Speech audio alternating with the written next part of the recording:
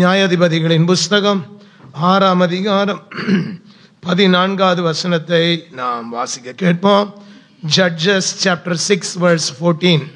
அப்பொழுது கர்த்தர் அவனை நோக்கி பார்த்து உனக்கு இருக்கிற இந்த பலத்தோடே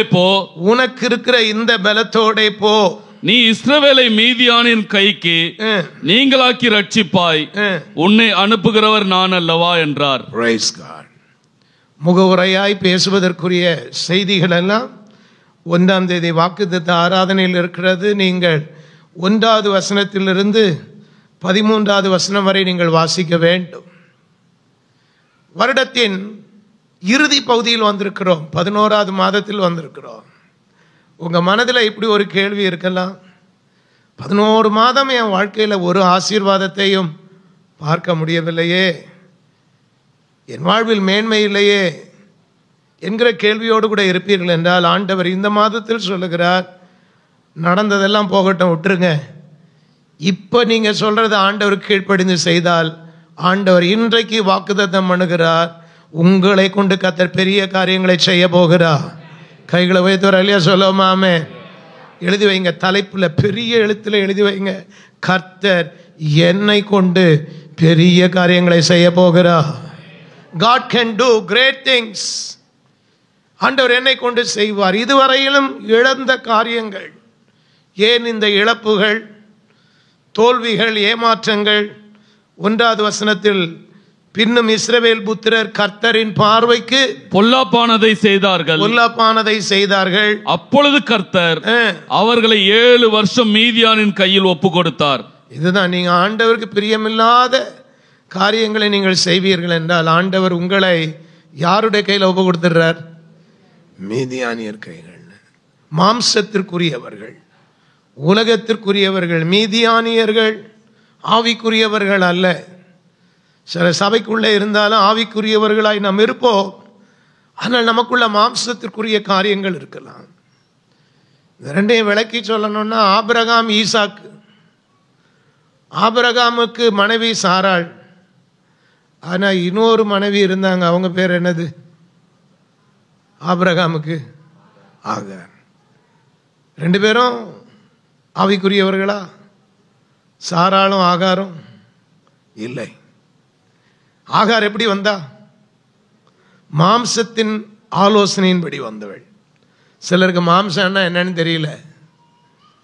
நீங்கள் விரும்பின காரியங்களை, சில காரியங்களை நீங்கள் செய்யலாம், அது ஆவிக்குரிய காரியம் அல்ல. ஆகவே இந்த ஆகாரின் வம்சத்தில் வந்தவள் தான் இந்த மீதியானியருடைய வம்சம், ஈசாக்கின் வம்சம் அல்ல. ரொம்ப டீட்டெயில்டா பேசுறதுக்கு நேரம் இல்லை. அப்ப மாம்சத்தின்படி இருக்கிறவர்கள் நம்மை நெருக்கலாம், நம்முடைய விளைச்சல்களை கெடுக்கலாம். ஆனா ஆண்டவர் சொல்லுகிறார், ஆபிரகாமின் வழியில் வந்த கிதியோனாகிய நம்மை கொண்டு ஆண்டவர் பெரிய காரியங்களை செய்ய போகிறார். கைகளை வைத்தவர் அல்லையா சொல்லுவோமாமே. சொல்லுங்க, வாக்குத்தத்தம் பண்ணின தேவ பிள்ளைகள் கைகளை வைத்தவர் அல்லையா சொல்லுவோமாமே. அப்ப ஆதியிலே நம்ம பார்க்கிறோம், ஆவிக்குரியவர்களும் மாம்சத்திற்குரியவர்களும் இணைந்து செயல்படுகிறார்கள். அதுல எது ஜெயிக்கும் என்றால், ஆவியானவர் நமக்கு ஜெயக்கொடியை ஏற்ற போகிறார். உலகம் என்னை மேற்கொள்ள முடியாது. உங்களை சுற்றிலும் வலது பக்கம் இடது பக்கம் மாம்சத்துக்குரியவங்களை தான் இருப்பாங்க. எங்க திரும்பினாலும் நமக்கு பிரச்சனைகள். அவைகளின் நடுவே ஆண்டவர் சொல்லுகிறார், நான் ஒரு இரட்சகரை அனுப்புகிறேன். ஆமென். முகவரை எனக்கு சொல்றதுக்கு நேரம் இல்லை, அவங்க நெருக்கப்படுகிறார்கள். 2வது வசனத்துல, மீதியானியரின் கை இஸ்ரவேலின் மேல் பலத்து கொண்டபடியால், இஸ்ரவேலின் மேல் பலத்து கொண்டபடியினால், இஸ்ரவேல் புத்திரர் மீதியானியர் நிமித்தம் தங்களுக்கு மலைகளில் உள்ள கெபிகளையும் குகைகளையும் அரணான ஸ்தலங்களையும் அடைக்கலங்களாக்கி கொண்டார்கள். நான் 1ஆம் தேதி ரொம்ப உங்களுக்கு சிம்பிளா சொன்னேன். மீதியானியர்கள் என்பது யாருன்னா, எதையுமே மீதி வைக்காதவங்க. சொல்லுங்க, எதையுமே. பக்கத்தவங்கள பார்த்து ஒன்னையும் விட்டு வைக்க மாட்டான். இன்னொரு விதத்தில் சொல்லணும்னா, அவன் யார் அப்படின்னா, தான் வாழ மாட்டான், அடுத்தவனையும். அப்படி சொன்னாதான் உங்களுக்கு புரியும். எல்லாரும் வசனத்தை படிச்சுட்டு போனவன். பிள்ளைங்களுக்கு சொல்லணும்னா, அவனும் படிக்க மாட்டான், மற்றவனை என்ன செய்ய மாட்டான், படிக்க விட மாட்டான். மீதியானியர்களுடைய கேரக்டர், தே ஆர் இன்வேடர்ஸ். நம்ம கிட்ட இருக்கிற ஆசீர்வாதங்கள் எல்லாம் என்ன செய்வான், எடுத்துக்கலாம் அப்படின்னு. மரோடர்ஸ் ஆங்கிலத்தில் சொல்லப்பட்டிருக்கிற வார்த்தை, நொமோடிக் மரோடர்ஸ். என்ன, அவங்க வந்தாலே நம்ம வாழ்க்கை என்ன செஞ்சிடும், எல்லாத்தையும் திருடிட்டு போயிடுவாங்க. அதுலேயும் விசேஷமா யாருடைய ஆசீர்வாதங்களை திருடுறதுக்கு பிசாசு அவங்கள வச்சிருக்கிறான்னா, இஸ்ரவேலருடைய சுதந்திரத்தை திருடுவதற்கு, தேவ பிள்ளைகளுடைய ஆசீர்வாதத்தை திருடுவதற்கு. மீடியனைட்ஸ் ஆர் அப்ரசர்ஸ் ஆஃப் இஸ்ரேல். இஸ்ரவேல் ஜனங்களை ஒடுக்குகிறவர்கள் தான். அவங்க மாத்திரம் ஒடுக்கினா பரவாயில்ல பாருங்க, அவங்க அப்படி ஒடுக்கிறதுனால தேவ பிள்ளைகள் தைரியமாய் இருக்க வேண்டியவர்கள் எங்கெல்லாம் போய் ஒளிஞ்சுக்கிட்டாங்களாம், மலைகளில் உள்ள கெபிகளையும் குகைகளையும் அரணான ஸ்தலங்களையும் அடைக்கலமாக்கி கொண்டார்கள். இவங்க கையிலிருந்து தப்பு வைக்கிறதுக்காக நம்ம என்ன செய்யலாம், மலைகள், குகைகள், கெபிகள், இன்னைக்கு அதுல போய் நம்ம தஞ்சமா வச்சுக்கிட்டோம். நமக்கு இருக்கிற சோர்சஸ் இன்னைக்கு ஆண்டவரா இல்லாம போயிட்டோம். 1ஆம் தேதி நீங்க தான் சொன்னீங்க, நமக்கு இருக்கிற மலை, குகை, கெபி இன்னைக்கு வேலை, பேங்க் டெபாசிட், எனக்கு இது இருக்கு அது இருக்கு. சொல்லுங்க, ஆண்டவரே எனக்கு அடைக்கலம் நீங்க தான் சொல்றவங்க ஒரு அல்லையா சொல்லுவோம். ஆமென். நான் எதையும் நம்பல, எனக்கு கர்த்தரே எனக்கு அடைக்கலாம். ஹல்லேலூயா. நான் இங்க இருக்கிறேன் அங்க இருக்கிறேன், எந்த ஜாபும் எனக்கு செக்யூரிட்டி கிடையாது. நம்ம இன்னைக்கு ஆண்டவரை முழுவதுமாய் நான் நம்பி இருக்கிறோமா? 3வது வசனம், இஸ்ரவேலர் விதை விதைத்திருக்கும் போது மீதியானியரும் அமலேக்கியரும் கிழக்கத்திய புத்திரரும் அவர்களுக்கு விரோதமாய் எழும்பி வந்து. சும்மா இருக்கும் போது வரல, எப்போ வர்றான்? நம்ம ஏதாவது ஒன்று ஆண்டவருக்காக செய்யணும்னு நினைக்கும் போது யார் வர்றா? பிசாசு வர்றான். ஒரு வேலைக்கு போனா அங்க வந்து நிற்கிறான். விதை விதைத்திருக்கிற காலத்தில் அறுவடையை கெடுப்பதற்காக, சோம்பேறியா இருக்கும் போது ஆண்டவருக்காக ஏதாவது செய்ய வேண்டும் என்று நினைக்கும் போது அந்த destroyer of our resources. Midianites are destroyers of our resources. நிலம் இருக்கு, உழுகிறோம், தண்ணி பாய்ச்சுகிறோம், விதைய விதைக்கிறோம். அந்த விதைக்கிற நேரத்தில் அவன் வந்து கண்ணீரோடு விதைக்கிறோம். எப்படி அறுக்கணும், ஆனா நம்மளை கண்ணீரோடு அறுக்க வைக்கிறான். சந்தோஷம் இல்லை, வீட்டில் சமாதானம் இல்லை. They makes us to weep. ஆகவே மீதியானிகள் நம்முடைய வாழ்க்கையில் இருக்கிற ஆவிக்குரிய வாழ்க்கையில சில நேரம் நமக்குள்ளேயே இருப்பாங்க. ஏதாவது ஒன்று செய்யணும்னு நினைச்சா செய்ய விட மாட்டாங்க, ஊழியத்துக்கு தடை பண்ணுவாங்க, என்ன கொடுக்க விட மாட்டாங்க ஆண்டவருக்கு. தேவனுடைய ஆசீர்வாதத்தை பெற விடாதபடி தடுக்கிறவர்கள் பாருங்கள். அவர்களோட மீதியானியர் மாத்திரமல்ல, அவர்களோடு யார் சேர்ந்து கொள்கிறார்கள்?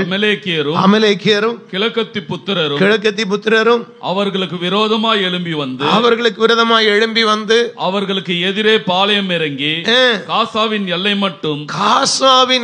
மட்டும் நிலத்தின் விளைச்சலை கெடுத்து இஸ்ரவேலிலே ஆகாரத்தை ஆகிலும் ஆடு மாடுகள் கழுதைகளை ஆகிலும் வைக்காதே போவார்கள். ஒண்ணுமே இல்லை. இஸ்ரவேல் ஜனங்களுக்கு ஆசீர்வாதமே அதுதான், ஆடு மாடு விளைச்சல். நீங்க மாசத்துல கூட்டி கழிச்சு உட்கார்ந்து பார்த்தா கையில என்ன இல்லை, ஆசீர்வாதமே இல்லை. உங்களுக்கு புரிகிற விதத்துல நான் சொன்னேன் அப்படின்னா, வாங்குற பணத்தை எல்லாம் யார் வந்து வாங்கிட்டு போயிடுறா? கடன்காரன் வாங்கிட்டு போயிடுறான், வட்டிக்காரனு கொடுத்துடுறீங்க. வீட்டில் என்ன இல்லை, ஆசீர்வாதம் இல்லை. இல்லை, சாராய கடைக்கு போகுது, வீட்டில் சந்தோஷம் இல்லை.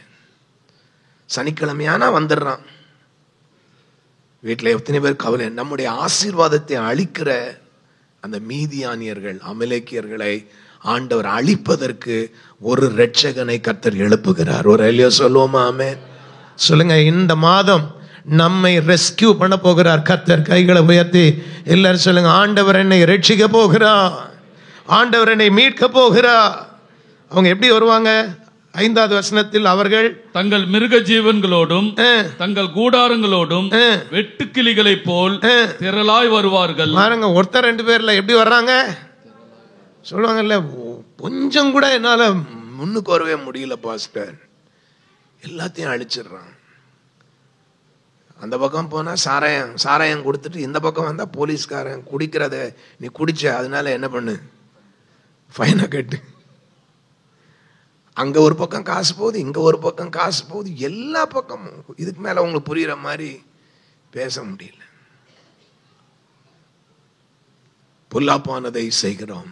நான் உட்கார்ந்து ஆண்டவர்கிட்ட இந்த மெசேஜை கேட்கும்போது நான் உங்களை ஏமாற்றிடக்கூடாது. நீங்கள் பொல்லாப்பானதை செய்தாலும் நான் உங்களுக்கு கள்ள தீர்க்க தரிசனம் சொல்லி கர்த்தர் உன்னோடு கூட இருக்கிறான்னு சொல்லி உங்களை ஏமாற்றிடக்கூடாது. நீங்கள் நிறைய தீர்க்கதரிசிகள்கிட்ட போறீங்க, அந்த தீர்க்கதரிசிகள் உங்களை தவறான தீர்க்க தரிசனம் சொல்லி உங்கள் பாவத்தை விட்டு வெளியே வருவதற்கான ஆலோசனையை கொடுக்க மாட்டேன்றாங்க. இது ஒரு மீதியானியர்.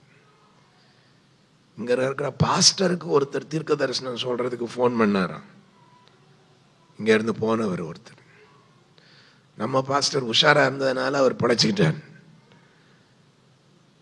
அப்ப நமக்கு தீர்க்க தரிசனம் சொல்ற ஆட்கள் யாருன்றதை நீங்க பார்க்கணும். நான் ஒரு தடவை எனக்கு மேல இருக்கிற மூத்த ஊழியர்கிட்ட யாரோ ஒருத்தங்க சொன்ன ஒரு தரிசனம், தீர்க்க தரிசனம் என்னையும் கலங்க செய்தது, என் மனைவியையும் கலங்க செய்தது. இப்படி சொல்றாங்க, தீர்க்க தரிசனம் சொல்றாங்களே அப்படின்னு. அப்ப நான் மனசுல யோசிச்சுட்டே இருந்தேன், ஆண்டவர் இப்படியெல்லாம் பேசுவாரா அப்படின்னு யோசிச்சிட்டே இருந்தேன். அப்ப எனக்கு ரொம்ப கலக்கமா இருந்ததுனால எனக்கு மேல இருக்கிற அந்த பாஸ்டர்கிட்ட போய் சொன்னேன், ரொம்ப ட்ரபிள்சமா இருக்கு பாஸ்டர் இந்த ஒரு தீர்க்க தரிசனம். அவரு உடனே கேட்டாரு, யார் அந்த தீர்க்க தரிசனத்தை சொன்னது அப்படின்னு கேட்டார். நான் சொன்னேன், எங்க சர்ச்சை விட்டு போன ஒரு அம்மா அப்படின்னு. டக்குன்னு அடுத்த நிமிஷமா ஒரு முந்தி பின்னி யோசிக்கவே இல்லை, உடனே சொன்னாரு அந்த தீர்க்க தரிசனம் தப்பு அப்படின்ட்டார். ஏன் அப்படி சொன்னீங்க அப்படின்னு நான் மனசுல கேட்கல. அவர் அந்த தப்பை எப்படி சொன்னாருன்ற அந்த விதத்தை நான் சொல்லுகிறேன். முதல்ல சர்ச்சை விட்டு போனது முதல் தப்பு. சர்ச்சை விட்டு போனவங்க உங்க மேல நேசம் வச்சு அவங்க சொல்றாங்கன்னு நீங்க நினைக்கிறீங்க பாருங்க, அது ரெண்டாவது தப்பு. உங்களை நேசிக்கிறவங்களா இருந்தா அங்க எங்க இருந்திருப்பாங்க? சர்ச்சிலே இருந்திருப்பாங்க. அப்ப நீங்க அவங்க சொல்ற தீர்க்க தரிசனம் எதுவும் செய்திருக்கலாம், நம்பி இருக்கலாம் அப்படின்னு சொல்லி ஏன் அதை கேன்சல் பண்றேன் அப்படின்றதுக்கு ஒரு 4-5 விளக்கம். அன்னையில இருந்து எவ்வளோ சத்தியத்தை நான் கற்றுக்கொண்டாலும் என் கண்கள் திறக்கப்பட்டது. நான் அன்னையில இருந்து யார் தீர்க்க தரிசனம் சொன்னாலும் அந்த தீர்க்க தரிசனுடைய வாழ்க்கையை நான் பார்ப்பேன். அவங்க யார், எப்படிப்பட்டவர்கள், அவங்களுடைய வாழ்க்கை கர்த்தருக்கு முன்பதாக உண்மையா இருக்காங்களா, அவங்க ஒரு சபைக்கு அடங்கி இருக்காங்களா, ஒரு ஊழியருக்கு அடங்கி இருக்கிறாங்களா, ஒரு ஸ்தாபனத்துக்கு அடங்கி இருக்காங்க. அதனால தான் கண்ட ஆட்களை நம்ம சபைக்குள்ள ஏத்துறதே கிடையாது. பிரபலமான ஊழியர்களாக கூட இருக்கட்டும். நான் சொல்ற சபைக்கு ஏற்ற வார்த்தை உங்களுக்கு இங்கே இருக்கிறது. ஒரு அல்லையா சொல்லுவோமாமே. உங்கள் நிலையை அறிந்த மேய்ப்பன் உங்களுக்கு தைரியமா சொல்லலாம். இல்லாட்டா நீங்க பாவத்தில் இருக்கும்போது யாரோ ஒருத்தர் சொல்றாரு, நான் உன்னை விட்டு விலகுதுமில்லை கைவிடணும், உங்களுக்குள்ள ஒரு பெரிய சாட்டிஸ்ஃபேக்ஷன் வரும். என்னன்னா, நான் இவ்வளோ பாவத்தில் இருந்தாலும் இந்த தேவ மனுஷன் என் வீட்டில் வந்து ஜெபம் பண்ணி என்ன சொல்லிட்டாரு, நான் உன்னை விட்டு விலகுவேன். அதில் அப்போ பாவத்தில் இன்னும் கொஞ்சம் ஸ்ட்ராங் ஆயிடுவீங்க. ஆனால் உங்க மேய்ப்பனுக்கு தெரியும் நீங்கள் செய்வது தவறு, நீங்கள் 2வது மனைவியோடு வாழ்வது தவறு, பிள்ளைகளுக்கு தங்கள் கடமையை நிறைவேற்றாமல் இருப்பது தவறு. ஒரு தகப்பன் தாய்க்கு தெரியும், ஒரு தகப்பனும் தாயும் ஒரு பிள்ளைக்கு சொல்லுவது நல்ல தீர்க்க தரிசனம். கைகளை வைத்து இல்லையா சொல்லுவோமா?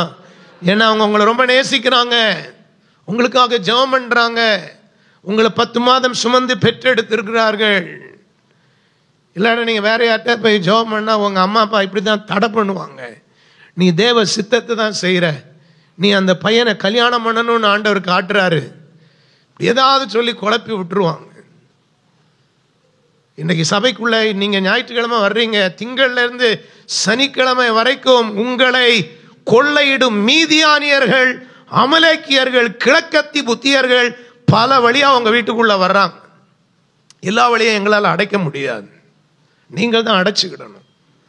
எங்க வீட்டுக்கு வராதீங்கன்னு சொல்லக்கூடிய உரிமை உங்களுக்கு இருக்கிறது. தவறான வழியில் நடத்தப்படக்கூடாது. ஒரு நல்ல ஆவிக்குரிய வாழ்க்கையில் வளர்ந்து வருகிற ஒரு புருஷனை பார்த்து நம்ம சர்ச்சுக்கு வர ஒரு கணவன் மனைவி அந்த வீட்டுக்கு போய் தீர்க்க தரிசனம் சொல்லி இருக்கிறாங்க. என்ன தீர்க்க தரிசனம்னா, உன் வீட்டுக்காரர் ஆக்சிடென்ட்ல சாக போறார். அன்னைக்கு பிடிச்ச பயம்தான் அந்த மனைவிக்கு. உன் புருஷன் அவங்க வேலைக்கு போனா அந்த அம்மாவுக்கு வீட்டுல நிம்மதி இருக்காது. ஐயோ ஐயோ ஐயோ, என் வீட்டுக்காரர் எதில் சாக போறார், ஆக்சிடென்ட் சாக போறார். அப்படியே ஒரு காரியத்தை ஆண்டவர் ஒரு தீர்க்கதரிசி வெளிப்படுத்தி இருந்தா கூட அவர் எதுக்காக ஜெபம் பண்ணி இருக்கணும்? ஆண்டவரே, அந்த குடும்பத்துக்கு என்ன வரக்கூடாது? அழிய வரக்கூடாது. பயத்தை உண்டு பண்ணிட்டாங்க.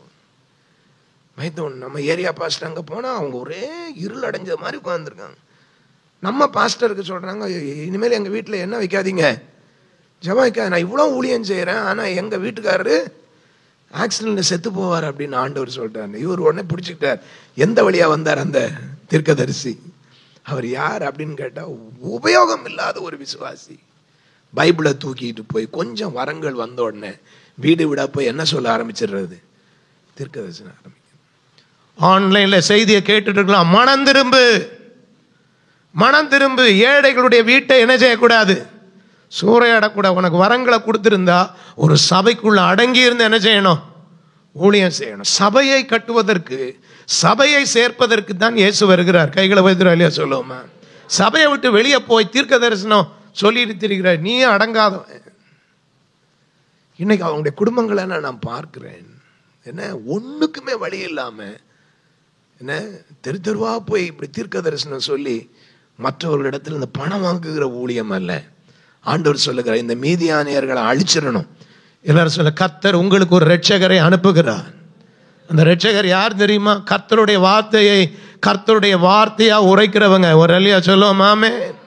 ஆண்டவர் ஒரு தூதனை இறக்குகிறார். வெளியே கொண்டு வர வேண்டியதா இருக்கு. வார நாட்கள்ல அங்கங்க இருந்துட்டு ஞாயிற்றுக்கிழமை பதுங்கி வந்து ஓனாய் மாதிரி இங்க வந்து ஆடுகளை பிடிச்சிட்டு போயிடக்கூடாது. ஆடுகள் ரொம்ப பிஞ்சும் பூவுமா இருக்கிற தோட்டம், புதுதா வருகிறவர்கள் குழம்பி போயிடுவாங்க. ரொம்ப ஸ்ட்ராங்கா இருக்கணும். நீங்க ஆவிக்குரிய வாழ்க்கையில வளர்ந்த எங்களையே கலங்க பண்றாங்கன்னா உங்களை கலங்க பண்ணிடுவாங்க. அதுக்கு தான் ஆண்டவர் நமக்கு வசனத்தை கொடுத்திருக்கிறார். கை வைத்தோர் இல்லையா சொல்லுவோமாமே. ஆண்டவர் நேரடியா உங்களோட கூட பேச வேண்டும். பாருங்கள், அவர்கள் தேசத்தை கெடுத்துவிட கூட்டமாய் வருகிறார்கள். 6வது வசனத்தில் இப்படி மீதியானியராலே இஸ்ரவேலர் மிகவும் சிறுமைப்பட்டார்கள். அப்பொழுது இஸ்ரவேல் புத்திரர் கர்த்தரை நோக்கி முறையிட்டார்கள். இஸ்ரவேல் புத்திரர் மீதியானியர் நிமித்தம் கர்த்தரை நோக்கி முறையிட்ட போது கர்த்தர் ஒரு தீர்க்கதரிசியை அவர்களிடத்தில் அனுப்பினார். கைகளை வயதோர் அல்லையா சொல்லுமா? ஆமே. சதமா சொல்லுங்க அல்லேலூயா. நான் உங்க ஒவ்வொருத்தருடைய வீட்டுக்குள்ளேயும் வர முடியாது. இன்னைக்கு தீர்க்க தரிசனமா சொல்லுகிறேன், கர்த்தர் உங்களோடு கூட இருக்கிறார். நீங்க கர்த்தரோட இருக்கணும். ஆமே. பொல்லாப்பானதை என்ன செய்யக்கூடாது? செய்யக்கூடாது. தவறான காரியங்களை செய்யக்கூடாது. தெரியாத ஒரு இடத்துல போய் உட்கார்ந்துக்கிட்டு மறைஞ்சுக்கிட்டு நான் செய்யறதெல்லாம் நியாயம்னு சொல்லிட்டு இருக்க கூடாது. சில காரியங்கள்லாம் வெளியே சொல்ல முடியாத மேய்ப்பர்களாக இருக்கிற எங்களை இருதயத்தை உடைக்கும் பல வேதனைகள் இருக்கிற கணவன் மனைவி 2 பிள்ளைகள். புருஷனுக்கு சரியா சாப்பாடு போடாம அவரு வேலைக்கு போற இடத்துல அங்கேயே தங்கி வேலை செய்ய ஆரம்பிச்சிட்டாங்க. ஒரு மனைவி ஒரு புருஷனை சரியா கவனிக்கலன்னா, இன்னைக்கு நான் சொல்றேன் தீர்க்க தரிசனமா, உங்க புருஷனை வான்னு கூப்பிடுறதுக்கு நிறைய வாசல் என்ன செஞ்சிட்டு இருக்கு? திறந்துகிட்டு இருக்கு. புரியுதா? போயிருவாங்க. அவர் அப்படி செட்டில் ஆயிட்டார். இவரை வெளியே அனுப்பின பிறகு இன்னொருத்தர் அந்த வீட்டுக்குள்ள போறார். அடிக்கடி வந்து போறவர் சகோதரரா இருந்தா பரவாயில்ல, தீர்க்கதரிசியா இருந்தா பரவாயில்ல. அவருக்கு ஒரு மேல ஒரு வீடு கட்டி அவருக்கு என்ன செய்யலாம்? ஜெபம் கூட பண்ண வைக்கலாம். அடிக்கடி வந்து போகிற அந்த நபர் ஓனாயா இருந்தா ரொம்ப ஜாக்கிரதையா இருக்கும். ரொம்ப இருதய வேதனையோட நான் சொல்லுகிறேன். 40 வயசு 45 வயசு கல்யாணம் ஆகாத அவர், 45 வயசு கூட இல்லை, 40 வயசு தான், புதுசா ரட்சிக்கப்பட்டு வருகிற அவர் சர்ச்சுக்கு வரும்போது புருஷனை காணோம். யார் கூட வர்றாங்க? இந்த வாலிபனோட வர்றாங்க. நம்ம நினைக்கிறோம் சொந்தக்காரங்க, சித்தப்பா, யாரோ ஒருத்தர் கூட வர்றாங்க. நாளடைவில் நம்ம கேள்விப்படுகிறோம் அந்த நபர் இந்த 2 பிள்ளைகளுடைய தாய்க்கு யாரா மாறுகிறார்? புருஷனா மாறிடுறாரு. நீங்க அதோட நிறுத்திக்கிட்டா நீங்க சொல்லுவீங்க, என்ன பாஸ்டர் அதுல ஒன்றும் தப்பு இல்லைன்ட்டு. ஆனா இன்னும் கொஞ்ச நாள் போன பிறகு அவர் அந்த 2 பிள்ளைகளுக்கும் யாரா மாறிடுறாரு. தேசத்தில் எப்படிலாம் நடக்குதான்னு கேட்குறீங்களா? மனம் திரும்ப சபையே. அம்மாவையும் வச்சுக்கிட்டுற, யாரையும் வச்சுக்கிட்டுற, பிள்ளையும் வச்சுக்கிட்டுற. அம்மாவும் அதுக்கு சப்போர்ட் பண்றாங்க. இது நீங்கள் வாழும் உலகம். சபைக்குள்ளேயே இப்படிப்பட்ட பாவங்கள் வந்துருச்சுன்னா உலகத்துக்கும் சபைக்கும் என்ன இல்லை, வித்தியாசமே இல்லை. பாஸ்டர்கள் அந்த குடும்பத்தை கண்டிக்கும் போது என்ன பண்றாங்க, சபையை விட்டு ஜம்ப் பண்ணிடுறாங்க, இன்னொரு இடத்துல போய் உட்கார்றாங்க. அங்க இருக்கிற பாஸ்டருக்கு ஒண்ணுமே தெரியாது, சந்தோஷமா போறாங்க. இதை என்னன்னு சொல்றது சொல்லுங்க? இந்த பாவம் ஒரு கரையான் மாதிரி. சொல்லுங்க, இந்த பாவம் எதை மாதிரி? கரையான் முதல்ல மரத்தை சாப்பிடும்போது என்ன செய்யாது, தெரியாது. எப்ப தெரிய வரும்? கரையான் ஃபுல்லா அரிச்ச பிறகு எல்லாம் என்ன செய்யும், உளுத்து கொட்டும். அழகான ஃபால் சீலிங் பாஸ்டர். ஆனா எல்லாத்தையும் இப்ப என்ன செய்ய வேண்டியதாயிருச்சு, எடுக்க வேண்டியதாயிருச்சு பாஸ்டர். அழகான கபோர்டு பாஸ்டர், எல்லாத்தையும் எடுக்க வேண்டியதாயிருச்சு பாஸ்டர். எல்லாத்தையும் எடுத்து தான் ஆகணும். அந்த கரையான அழிக்காம உங்க வீடு மீண்டும் முன்னேற்றத்திற்கு வராது. அல்லேலூயா. இப்ப வாங்க செய்திக்கு நேராய் வரும். ஆண்டவர் இந்த மாதம் உங்களை ஆசீர்வதிக்க வேண்டும் என்றால் ஆண்டவர் என்ன சொல்லுகிறார்? நீங்கள் என்ன செய்ய வேண்டும்? அந்த இரட்சகன் வந்து சொல்லுகிற வார்த்தைக்கு செவி கொடுக்க வேண்டும். அந்த இரட்சகன் வந்து என்ன சொல்லுகிறான்? அவன் அவர்களை நோக்கி, இஸ்ரவேலின் தேவனாகிய கர்த்தர் உரைக்கிறது என்னவென்றால், நான் உங்களை எகிப்திலிருந்து வரவும் அடிமைத்தன வீட்டிலிருந்து புறப்படவும் செய்து எகிப்தியர் கையினின்றும் உங்களை ஒடுக்கின யாவருடைய கையினின்றும் உங்களை ரட்சித்து அவர்களை உங்களுக்கு முன்பாக துரத்தி அவர்கள் தேசத்தை உங்களுக்கு கொடுத்து, பாருங்கள், ரட்சித்து துரத்தி கொடுத்து, நான் உங்கள் தேவனாகிய கர்த்தர் என்றும் நீங்கள் குடியிருக்கும் அவர்கள் தேசத்தில் உள்ள எமோரியருடைய தேவர்களுக்கு பயப்படாதிருங்கள் என்றும் உங்களுக்கு சொன்னேன். நீங்களோ என் சொல்லை கேளாதே போனீர்கள் என்கிறார் என்று சொன்னார். ஒரு சின்ன பாவம் தான். எல்லாரும் சொல்லுங்க, சின்ன பாவம் தான். சொல்லுங்க, என் சொல்லை கேளாமல் போனீர்கள். என் சொல்லன்னு சொல்றதை காட்டிலும் சொல்லுங்க, அம்மா அப்பா சொல்ல என்ன செய்யல, கேட்கலப்பா. என் சொல்லை கேளாமல் போனீர்கள். எனக்கு ஏதாவது முன்விரோதமா? பக்கத்தில் உங்களை பார்த்து கேளுங்க, உங்களுக்கும் எனக்கும் ஏதாவது முன்விரோதம்? என்ன கசப்புனால போறீங்க என்னை விட்டு விலகி? ஆண்டவர் கேட்கிறார், ஏன் என்னை விட்டு விலகி போறீங்க? பாஸ்டர் இப்படிதான் சொல்லுவார், நான் என்ன உங்களை ஏமாத்தி உங்களை நரகத்தில் தள்ளிட்டு நான் மாத்திரம் பரலோகத்தில் போய். இன்னைக்கு காலையில கூட ரொம்ப ஆண்டவர்கிட்ட ஜெபம் பண்ண, ஆண்டவரே மக்களின் பாவங்களை மறைத்து அப்படியே கவர் பண்ணி அப்படி ஒரு நல்ல ஸ்வீட் கோட்டடா அப்படி போட்டு எல்லாம் போட்டு உள்ள அப்படி மூடி உள்ள இருக்கிறது வெளியே தெரியாம அப்படியே பேசி, கர்த்தர் உன்னை மேன்மையாக வைப்பார் அப்படின்னு ஒரு தேனை கொடுத்தா எப்படி இருக்கும்? ரொம்ப நல்லா இருக்கும். ஆனா உள்ளுக்குள்ள பிசாசு விஷத்தை வச்சிருக்கிறான். என்ன வச்சிருக்கிறான்? விஷம். இன்னைக்கு சொல்லுங்க, அந்த கோழி நல்லா இருந்தாலும் அந்த கோழியில் இருக்கிற கோழியை வெட்டி அந்த கிளீன் பண்ண உங்களுக்கு தெரியும், அவ்வளோ பெரிய கோழியில என்ன இருக்கும்? சின்னதா ஒன்று இருக்குமே, அதுக்கு பேர் என்னது? நீங்க இப்பெல்லாம் அதெல்லாம் பார்த்தது கிடையாது. யாரு கடிகடையில் போய் 1 கிலோ கோழி கொடுன்னா அவன் என்ன செய்யறான்? வெட்டி கொடுக்கறதெல்லாம் சொல்லுங்க. கோழி கறி வெட்டினா உங்களுக்கு சொல்லுங்க, அந்த கோழி கறிக்குள்ள என்ன இருக்கும்? அது என்னதுங்க? அதுக்கு பேரு சின்னதா இருக்க. பக்கத்தில் டப்பான்னு கேளுங்க, அது எப்படி இருக்கும்? ரொம்ப சின்னதா இருக்கும். ஆனா என்னது? பிச்சியா? ஓகே, எங்க ஊர்ல பிச்சி பூன்னு சொல்லுவாங்க. நச்சு. நான் சொல்றேன், அதுக்கு பேர் என்னது? நச்சுன்னு வச்சுக்கிறேன். அந்த நச்சை வச்சு நீங்க நச்சுன்னு சிக்கன் செய்தா கூட அது எப்படிதான் இருக்கும்? கசப்பு. அதை எடுத்துடணும். பக்கத்தில் கூட கைப்பிடிச்சு சொல்லுங்க, அது வேண்டாம், அது வேண்டாம். அந்த பாவத்தை என்ன செஞ்சிருங்க? எடுத்துருங்க. உங்க வீட்டை நீங்க அடிக்கடி மேல பார்க்கணும். வீட்டுக்கு மேல பாருங்க, சர்ச்சுக்கு மேல பாருங்க, எங்கேயாவது என்ன இருக்கு? ஒற்றை. அதை என்ன செய்யணும்? அடிக்கடி எடுக்கணும். அந்த ஒற்றை எடுக்கும் போது என்ன செய்வீங்க? முதல்ல ஒற்றை எடுத்துருவீங்க, ஆனா எதை கொல்ல மாட்டீங்க. இப்ப உங்க காலை எடுத்து சொல்லுங்க, அந்த சாத்தான காலால நசுக்கணும். சொல்லுங்க, ஒற்றைய மாத்த எடுத்தாலும் திருப்பி என்ன பிடிக்கும்? அப்ப நீங்க நிறைய பேர் எதை கொல்ல மாட்டேன்றீங்க? பூச்சியை கொல்லணும். அதுதான் நச்சு. அதை கொன்றும். இனிமேல் என் சரீரத்தை பாவம் மேற்கொள்ளக்கூடாது. ஸோ என் சரீரத்தை என்ன செய்யக்கூடாது, எந்த வடிவில் வர்றேன்னு தெரியாது. வாலிப பிள்ளைங்களுக்கெல்லாம் சொல்றேன், ஒரு நாளைக்கு ஒரு நீதிமொழிகளை படிங்களேன். பக்கத்துல பார்த்துக்கொள்ளுங்க. ஒரு சாப்டர் படிக்க முடியாதா? எத்தனை சாப்டர்? நீதிமொழிகள்ல உன் ஃப்ரெண்ட்ஸுங்களை ஒரு பைபிள் வாங்கி கொடுத்து ஒரு சாப்டர் படிக்க வைங்கம்மா. ஒரு சாப்டர்ல இருந்து ஒரு 5 வசனத்தை நான் உங்களுக்கு சொல்லட்டுமா? இன்னைக்கு நீங்க அதை கேட்டீங்கன்னா மனம் திரும்பிடுவீங்களே. நீதிமொழிகள் 3ஆம் அதிகாரம் 1வது வசனத்திலிருந்து ஒரு 7 வசனம் வாசிங்க பார்ப்போம். வேகமா பைபிள் எடுத்து பாருங்க. Proverbs chapter 3 verse 1 to 7 வேகமாய் வாசிப்போம். நான் இன்னைக்கு கொஞ்சம் 15 நிமிஷம் முன்னாடி முடிச்சிருவேன். ஏன்னா நிறைய கம்ப்ளைண்ட் எனக்கு இங்கிலீஷ் சர்வீஸ்ல இருந்து 11 மணிக்கு ஆரம்பிக்க முடியல. அதனால நான் எவ்வளவு பேசுறேன்றது எனக்கு முக்கியம் இல்லை, மனம் திரும்பணும். இன்னைக்கு அந்த கருப்பு ஆடை இன்னைக்கு பிடிச்சிடணும். சரியா? கருப்பு ஆடை பிடிச்சி இன்னைக்கு ஆண்டவருடைய சமத்துல ஒப்பு கொடுத்துடணும். ஆண்டவரே, அந்த கரையானை நான் என்ன செய்ய வேண்டும்? அழிக்கணும். அந்த கரப்பாம்பூச்சி என்ன செய்யணும்? ஆமா, இது வரைக்கும் கரப்பாம்பூச்சி வீட்டில் இருந்ததே தெரியாது. இன்னைக்கு ஆண்டவர் ஒரு ஹிட்டை கொடுக்கிறார். அந்த ஹிட்டை வச்சு என்ன செய்யணும்? வீட்டுக்கு ஃபுல்லா அடிச்சிங்கன்னா, ஒரு நாள் அடிச்சா போதும், அந்த கரப்பாம்பூச்சி எங்க இருந்தாலும் உள்ள இருக்கிறதெல்லாம் வெளியே வந்துடும். ஆண்டவர் உங்கள் வீட்டை பரிசுத்தப்படுத்த விரும்புகிறார்.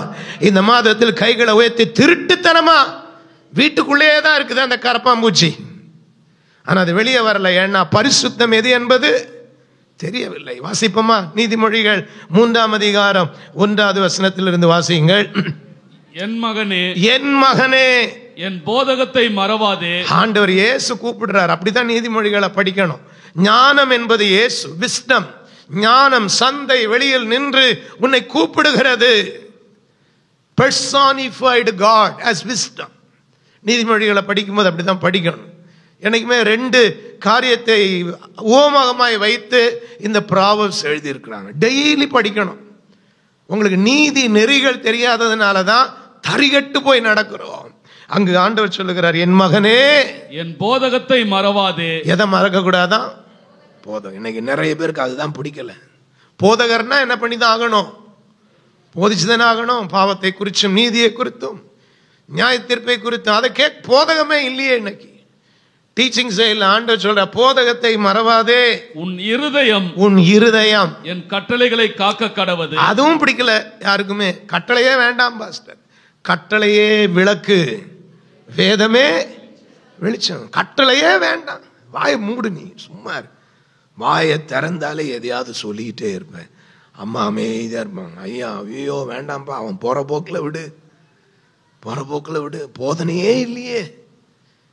ஆண்டவர் சொல்றார், போதனை இருக்கணும். தீர்க்கதரிசனுடைய வேலை அதுதான். ஆண்டவருடைய வாயாய் இருந்து என்ன செய்யணும்? பேசும். போதகத்தை அடுத்தது சொல்லுகிறது, அதை நீங்க காத்து நடந்தால் உங்களுக்கு என்ன கிடைக்குமா? அவைகள் உனக்கு நீடித்த நாட்களையும் தீர்க்காயுசையும் சமாதானத்தையும் பெருக பண்ணும். கிருபையும் சத்தியமும் உன்னை விட்டு விலகாதிருப்பதாக. எது விலகக்கூடாது? கிருபையும். இது 2ஐயும் பெறணுங்க. கர்த்தர் சொல்லுகிறார், பராக்கிரமசாலியே, கர்த்தர் உன்னோடு இருக்கிறார். இது கர்த்தர் உன்னோடு இருக்கிறார் என்பதை எப்படி எனக்கு தெரியும் கேட்கிறான் கிதியோன். நான் உங்கூட இருக்கிறதுனால தான்ப்பா என் கிருபை உங்கூட இருக்கு. கைகளை வைத்து இல்லையா சொல்லுங்கள். எல்லாரும் சொல்லுங்க, நான் உங்கூட இருக்கிறதுனால தான் சத்தியம் உனக்குள்ள வாசமா இருக்கு. கைகளை வைத்து இல்லையா சொல்லுங்க. ஆமே. நான் உன் கூட இருக்கிறதுனால தான் ஆவியானவராய் நான் வாசம் பண்ணுகிறேன். சிலருக்கு தெரியல, கர்த்தர் என்னோடு கூட இருக்கிறார். கர்த்தர் என்னோட கூட இருந்தா அவருடைய கிருபையும் அவருடைய சத்தியமும் என்ன செய்யும்? என் கூட இருக்கும். இன்றைக்கு இது ஒரு நாள் செய்தி அல்ல, இந்த மாதம் முழுவதும் நம்ம கேட்க போகிறோம். ஆண்டவர் என் கூட இருந்தா, ஆண்டவர் என் கூட இருந்தா சத்தியம் பேசும் இல்லையா? சத்தியத்தை அறிவீர்கள். சத்தியத்தை சாப்பிடும்போது பார்க்க மாதிரி இருக்கும், கசப்பா இருக்கும். ஆனா அந்த சத்தியம் தான் வேலை செய்யும். அல்லேலூயா. வசனத்தை அறிவீர்கள், வசனம் உங்களை விடுதலையாக்கி. இந்த கிருபையும் சத்தியமும் என்ன செய்யாதிருப்பதாக, விலகாதிருப்பதாக, உன்னை விட்டு விலகாதிருப்பதாக. நீ அவைகளை என்ன செய்ய வேண்டும்? கழுத்திலே பூண்டு அவைகளை உன் இருதயமாகிய பலகையில் எழுதிக்கொள். எல்லாரும் சொல்லுங்க, எங்க எழுதணும்? பைபிளே கொண்டு வரல நிறைய பேர். சர்ச்சுக்கு வரும்போது அழகா செல்போனை தூக்கிட்டு வர்றீங்க, குப்பையில போடுங்க. அதை எல்லா அசுத்தம் இருக்கிற செல்போன் எடுத்து பைபிள் படிக்கிறதெல்லாம், இந்த பைபிளை ஓபன் பண்ணி படிங்க. பைபிளை மார்போடு அணைத்துக் கொள்ளுங்கள். சொல்லுங்கள், இந்த வேதத்தை நேசிக்கிறவர்களுக்கு என்ன உண்டு? மிகுந்த சமாதானம். நிறைய பேருக்கு அந்த வாஞ்சையே இல்லையே. நான் யாரையும் கேட்க விரும்பல, சர்ச்சுக்கு வர்றீங்கன்னே தெரியலையே. நாட்கள்லாம் அழகா அந்த ஒரு பைபிள் எடுத்து ஒரு பாட்டு புக் எடுத்துட்டு ஒரு அப்படி போட்டு நடந்து வந்தா நம்ம அப்படி ஒரு பரிசுத்த ஒரு சந்ததியை இந்த பட்டணம் காண வேண்டும். ஒரு இல்லையா சொல்லுவோமாமே. நம்மளை பார்த்து சொல்லக்கூடாது, நீ எல்லாம் பைபிள் எடுக்கிறதுக்கு என்ன இல்லை, தகுதியே இல்லை, பைபிளை கீழே வைரா அப்படின்னு சொல்லக்கூடாது. சொல்லுங்கள், அந்த சத்தியம் நம்மை பாதுகாக்க வேண்டும். நான்காவது, அதனால் தேவனுடைய பார்வையிலும் மனுஷருடைய பார்வையிலும் தயையும் ஃபேவர் வேணுமா? தயையும் நற்புத்தியும் பெறுவாய். ஏன் இந்த நற்புத்தி வரலன்னா எதை கழுத்துல போடல? இந்த சத்தியம் இருதய பலகையில எழுதி வைக்கல. உன் சுய புத்தியின் மேல் சாயாமல் உன் முழு இருதயத்தோடும் கர்த்தரில் நம்பிக்கையாய் இருந்து உன் வழிகள் எல்லாம் அவரை நினைத்துக்கொள். அப்பொழுது அவர் உன் பாதைகளை செவ்வாய்ப்படுத்துவார். இந்த 2 வசனம் போதுமே. உன் சுய புத்தியின் மேல் சாயாத, உன் வழிகளில் எல்லாம் என்ன செய்? அவரை நினைத்துக்கொள். அப்படியே இயேசு. அப்படி நீங்க ரோட்ல நிக்கிறீங்க, பஸ் ஸ்டாண்ட்ல நிக்கிறீங்க, உங்க மனசுல யார் வரணும்? சொல்லுங்க, வழியில எல்லாம் யாரையும் நினைத்து கொள்ள வேண்டும்? இயேசுவே இயேசுவே இயேசுவே அப்படி நினைச்சு கண்ணை மூடி கையை உயர்த்தி சொல்லி பாருங்க. அப்படி கொஞ்சம் சொல்லி பாருங்க பார்ப்போம். கண்ணை மூடி கையை உயர்த்தி இயேசுவே இயேசுவே. எவ்வளவு நாளாச்சு அப்படி சொல்லி? உன் வழிகளில் எல்லாம் எப்படி பாவம் உள்ள வரும்? வழிகளில் எல்லாம் அவரை நினைத்துக்கொள். உன்னை ஞானி என்று எண்ணாதே. கர்த்தருக்கு பயந்து தீமை விட்டு விலகு. கர்த்தருக்கு பயந்தாலே யோசேப்பு மாதிரி ஓடிடுவோமே. யோசேப்பு ஓடினா இல்லையா? எல்லாமே எனக்கு ராஜா கொடுத்தாலும் நீ எனக்கு சொந்தம் அல்ல. ஏன்னா நான் கர்த்தருக்கு பயப்படுகிற பயம். தீமையை விட்டு விலகு.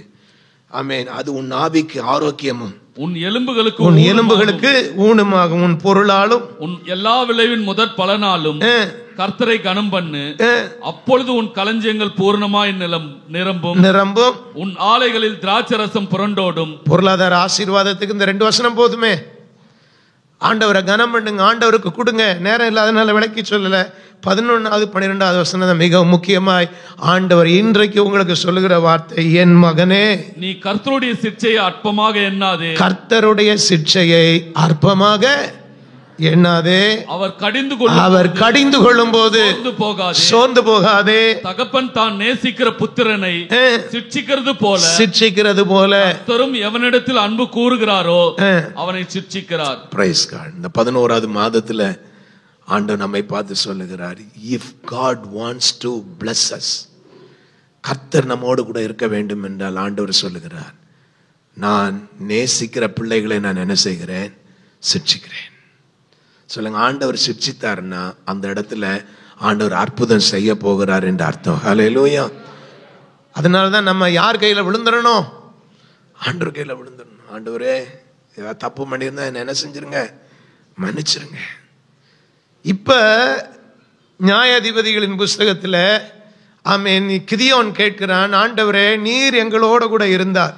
இந்த ஒரு வசனத்தை வாசிட்டு இதோட கம்பேர் பண்ணி நம்ம ஜெர்மனி முடிச்சிருவோம். 13வது வசனத்தில் அப்பொழுது கிதியோன் அவரை நோக்கி என் ஆண்டவனே கர்த்தர் எங்களோடு இருந்தால் இவையெல்லாம் எங்களுக்கு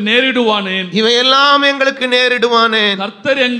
கர்த்தர் எங்களை எகிப்திலிருந்து கொண்டு வரவில்லையா என்று எங்கள் பிதாக்கள் எங்களுக்கு விவரித்து சொன்ன அவருடைய அற்புதங்கள் எல்லாம் எங்கே? இப்படி எல்லாம் ஆண்டவர்ட்ட கேள்வி கேட்டு 11வது மாசத்துல வந்து தேவ சமூகத்துல உட்கார்ந்து இருக்கிற தேவ பிள்ளையே, ஆண்டவர் எங்கே? அவர் செய்த அற்புதம் எங்கே? எங்கே எங்கே ஆண்டவர்ட்ட கேள்வி கேட்டுட்டு இருக்கீங்க. ஆண்டவர் உங்களுக்கு நெத்தியில ஆணி அடிச்சது மாதிரி சொல்றாரு. எங்கிட்டயா கேள்வி கேட்கிறீங்க?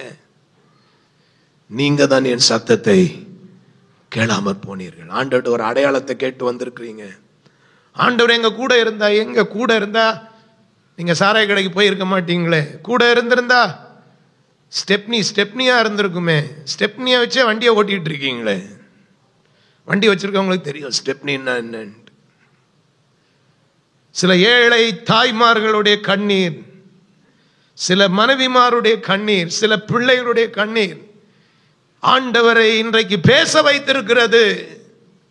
ஆண்டவர் பேசி பார்க்கிறார். பேசியும் நீங்க மனம் திரும்பலன்னா தேவன் அன்புள்ளவர் தான். தகப்பன் தான் நேசிக்கிற பிள்ளைகளை என்ன செய்கிறார்?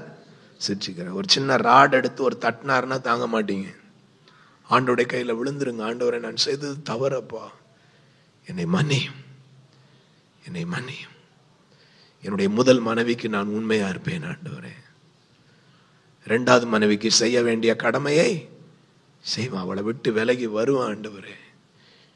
வேலைக்கு போற இடத்துல நான் தவறான தொடர்பில் நான் என்ன செய்ய மாட்டேன்? நீடித்திருக்க மாட்டேன் ஆண்டவரே. அறிக்கையிட வேண்டிய பாவங்களை எல்லாம் என்ன செய்ய வேண்டும்? அறிக்கையிட வேண்டும். கரிசனை உள்ள தேவன் நம்மை சிட்சித்து சீர்படுத்துகிறவராய் இருக்கிறார். கைகளை வைத்துறோம் இல்லையா? சொல்லுவோமா? ஆமென். எல்லாரும் சொல்லுங்க. கரிசனை உள்ள அப்பா அம்மா பிள்ளை என்ன செய்வாங்க? கண்டிப்பாங்க. சித்தப்பா பெரியப்பா அவங்கெல்லாம் ரொம்ப கண்டிக்க மாட்டாங்க. ஏன்னா 10 மாதம் சுமந்து எடுத்த அந்த தாய்க்கு தான் அந்த வேதனை தெரியும். அந்த தாயே பாவத்துக்கு உடந்தையா இருந்தாங்கன்னா வேற ஒன்றும் செய்ய முடியாது. அந்த பாவத்தை கண்டிக்கிற தாயா இருக்கணும், பாவத்தை கண்டிக்கிற அப்பாவா இருக்கணும். அதுக்கு பாவத்துக்கு உறுதுணையா இருக்கக்கூடாது. அதை தான் ஆண்டவர் சொல்லுகிறார். தகப்பன் தான் நேசிக்கிற பிள்ளைகளை என்ன செய்கிறாராம்? சிட்சிக்கிறார். எபிரேயர் 12ஆம் அதிகாரத்தையும் நீங்க வாசிக்கணும். 5வது வசனத்திலிருந்து 11வது வசனம் வரை கொஞ்ச காலம் நம்முடைய தகப்பன்மார் நம்மை சிட்சிக்கிறார்கள். ஆனா இந்த தேவன் நாம் சீர்திருந்தும் வரை நம்மை சிட்சிப்பார். கைகளை வைத்தோர் இல்லையா? சொல்லுவோமா? ஆமென். நம்ம மனம் திரும்புகிற வரைக்கும் 10வது வசனத்தை மாத்திரம் வாசியுங்கள். எபிரேயர் 12ஆம் அதிகாரம் 10வது வசனம். அவர்கள் தங்களுக்கு 9வது வசனத்திலிருந்து வாசிங்களேன். 9வது. அன்றியும் நம்முடைய சரீரத்தின் தகப்பன்மார்கள் நம்மை சிட்சிக்கும் போது அவர்களுக்கு நாம் அஞ்சி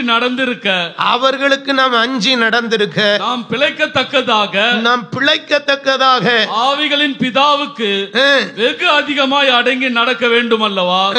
அவர்கள் தங்களுக்கு நலம் என்று தோன்றினபடி கொஞ்ச காலம் சிட்சித்தார்கள். இவரோ தம்முடைய பரிசுத்தத்திற்கு நாம் பங்குள்ளவர்கள் ஆகும் பொருட்டு நம்முடைய பிரயோஜனத்துக்காகவே நம்மை சிட்சிக்கிறார். கைகளை வைத்து சொல்லாமே. சில சொல்லுவாங்க, நான் விட்டுட்டேன் பாஸ்டர், அவரை ஏதோ மாடு அவுத்து விட்டது மாதிரி, என்னால ஒன்றும் செய்ய முடியாது பாஸ்டர், நான் அவரை விடுறதுக்கு ஆண்டவர் உங்களை வச்சிருக்கிறார். கயரை போட்டு கட்டி இழுத்துட்டு வர வேண்டாமா? இழுத்துட்டு வந்து உங்க பரிசுத்தத்தினுடைய முந்தானையில் அவரை கட்டி, என்னை விட்டு எங்கேயும் போகக்கூடாது, நீர் என் கூட தான் இருக்கணும்னு சொல்லணும். ஒரு இல்லையா? சொல்லுவோமாமே. உங்க பிள்ளைகளையும் அப்படி விட்டுறக்கூடாது. நீ எப்படியோ போ, நான் சொல்லி பார்த்துட்டேன். இல்லை, ஆமென். நம்முடைய தகப்பன் மீண்டும் மீண்டும் நம்மை அன்போடு கூட அழைக்கிறார். அல்லேலூயா.